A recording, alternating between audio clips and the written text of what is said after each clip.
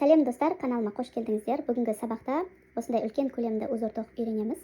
Қараңыздар, кез келген шапкаға, кофтаға пайдалансаңыздар болады осы узорды. Мына бізде алдыңғы жағы, арқасы осылай болып шығады. Қараңыздар, қиын көрінгенмен өте оңай тоқылады. Сіздерге үлгісін тоқып қойдым. Қазір сіздерге қалай тоқылу керек екенін көрсетемін. Өте әдемі әрі оңай тоқылады. Қазір сіздерге басқа жіппен тоқып көрсетемін. Ең алдымен өздеріңізге қажетті мөлшерде ілмек тоқисыздар. Ілмектеріміз міндетті түрде жупсан болу керек. Егер тақсан тоқитын болсаңыздар, узорлар дұрыс шықпай қалады. Бірінші мына резинкасын тоқимыз. Екі оң және екі теріс ілмек тоқимыз. 2, 3, 4, 5, 6, 7, 8, 9, 10, 11. 19, 20. Қараңыздар, 20 ілмек тоқыдым. Енді мына бір инесін шешіп аламыз осылай. Енді тоқымамызды аударып, мынау тұрған бірінші ілмекті шешіп аламыз, тоқымаймыз. Енді екінші, үшінші ілмекті оң ілмекпен тоқимыз.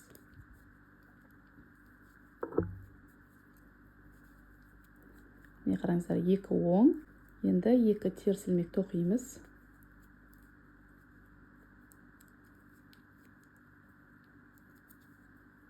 Міне, екі теріс ілмек тоқылды. Осылай қатардың соңына дейін екі оң және екі теріс ілмек тоқимыз.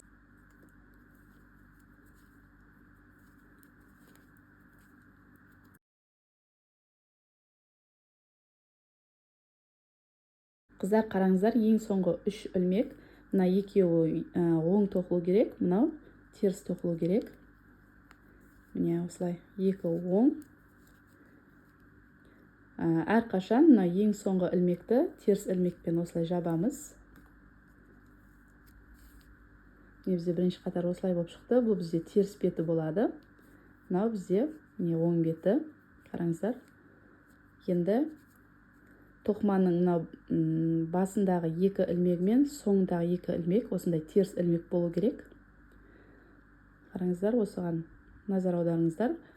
Бірінші қатар тоқып бастағанда мына екі ілмекті оң ілмекпен бастаңыздар, сонда мына беті теріс ілмек болып шығады. Енді екінші қатар тоқимыз.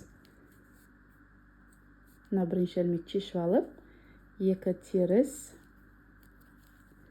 және екі оң ілмекті тоқимыз. Қатардың соңына дейін осылай сурет бойынша тоқимыз. Оң жақты оң жақпен, теріс жақты теріс ілмекпен тоқимыз.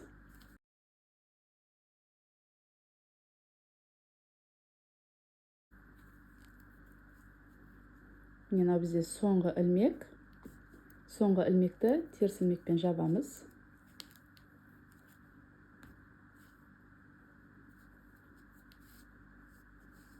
Екінші қатар тоқылды. Осылай және төрт қатар тоқыңыздар.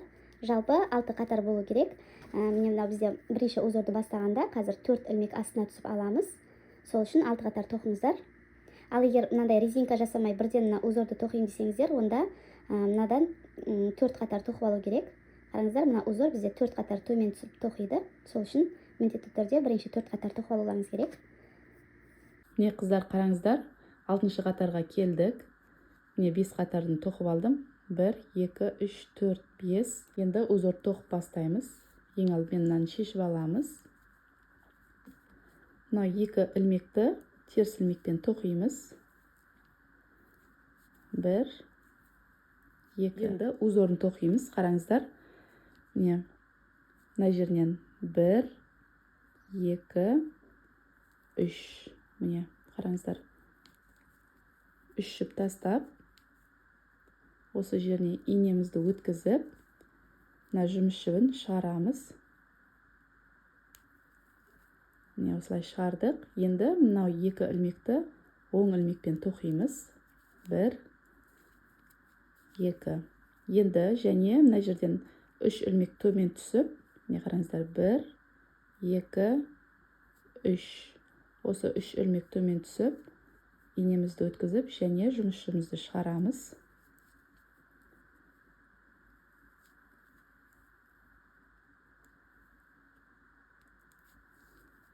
Қараңыздар, шығардық.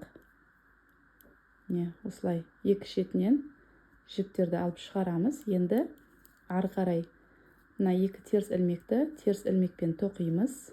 1 2.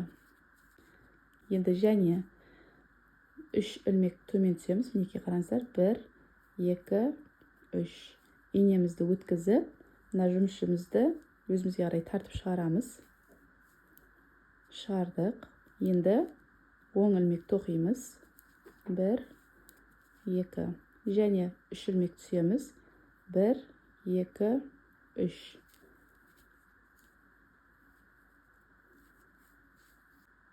Міне бізде осылай болып шығады. Қараңыздар. Тура осылай қатардың соңына дейін тоқып шығыңыздар. Кейін ары қарай қалай тоқу керекенін көрсетемін. 2 ілмек теріс ілмек. Енді 1 2 3 тартып шығарамыз.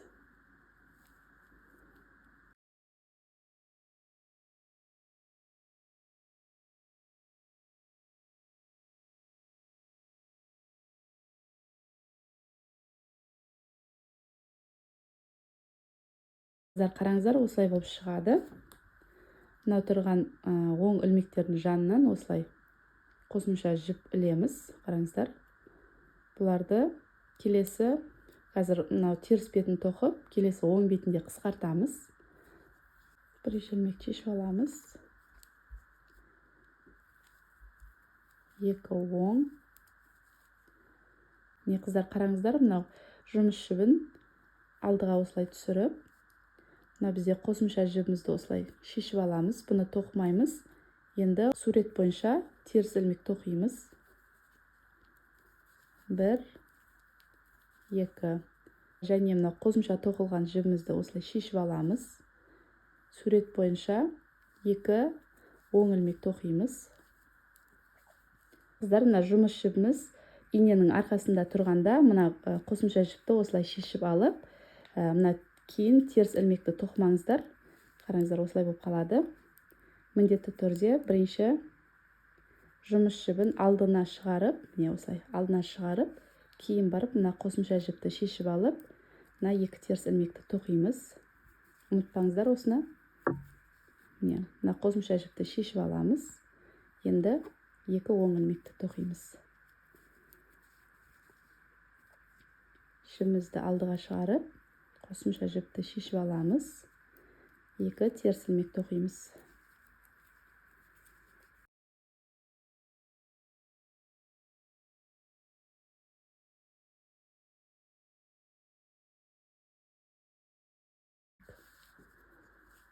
Міне, теріс беті тоқылды. Енді қараңыздар, келесі қатардан бастап мына жіптердің барлығын қысқартамыз.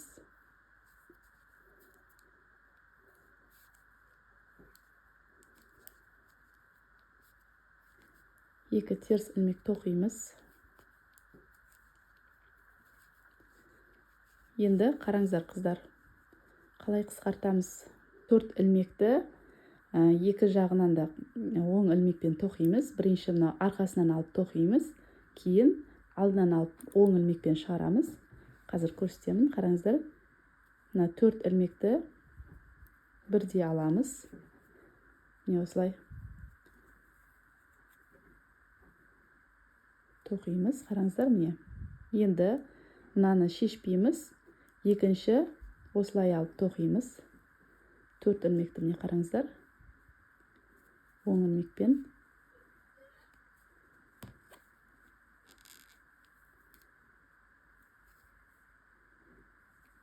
Міне қараңыздар, 2 ілмек тоқыдық. Енді осылай босатамыз. Міне осылай болып шығады. Мынау ілмектерді сәл бостау қылып тоқыңыздар, сонда тоқуға оңай болады. Енді 2 ілмек теріс ілмек тоқимыз. 1 2. Және солай қысқартамыз. 4 ілмекті бірдей аламыз. Міне осылай алдық. Қараңыздар. Арқасынан бір алдық. Қараңыздар, енді алдынан осылай саламыз инемізді.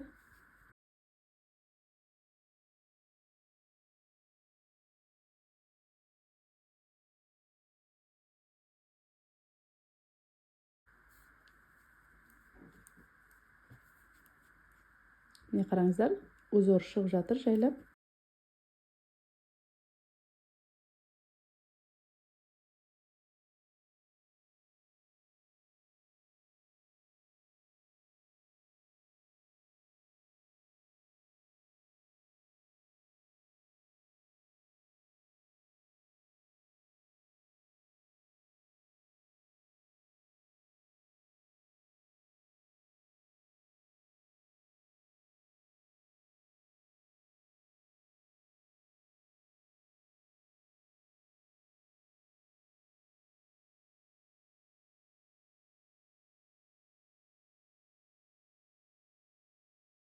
Міне қыздар, қараңыздар, бізде бірінші узор шықты. Енді арқасын тура осылай сурет бойынша тоқимыз. 2 оң, 2 теріс. Қатардың соңына дейін 2 оң, 2 теріс ілмек тоқимыз. 2 оң, 2 теріс.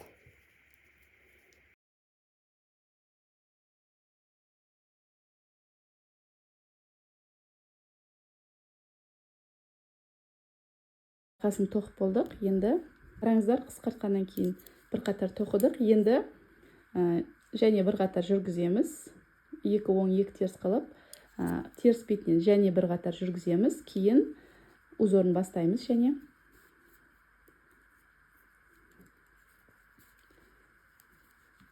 міне қазір ешқандай узорсыз 2 оң, 2 теріс ілмек тоқып шығамыз.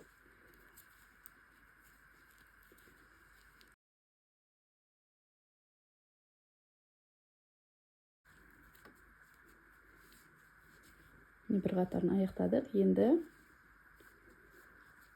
теріс бетінен және тура сурет бойынша тоқып шығамыз. 2 оң, 2 теріс ілмек.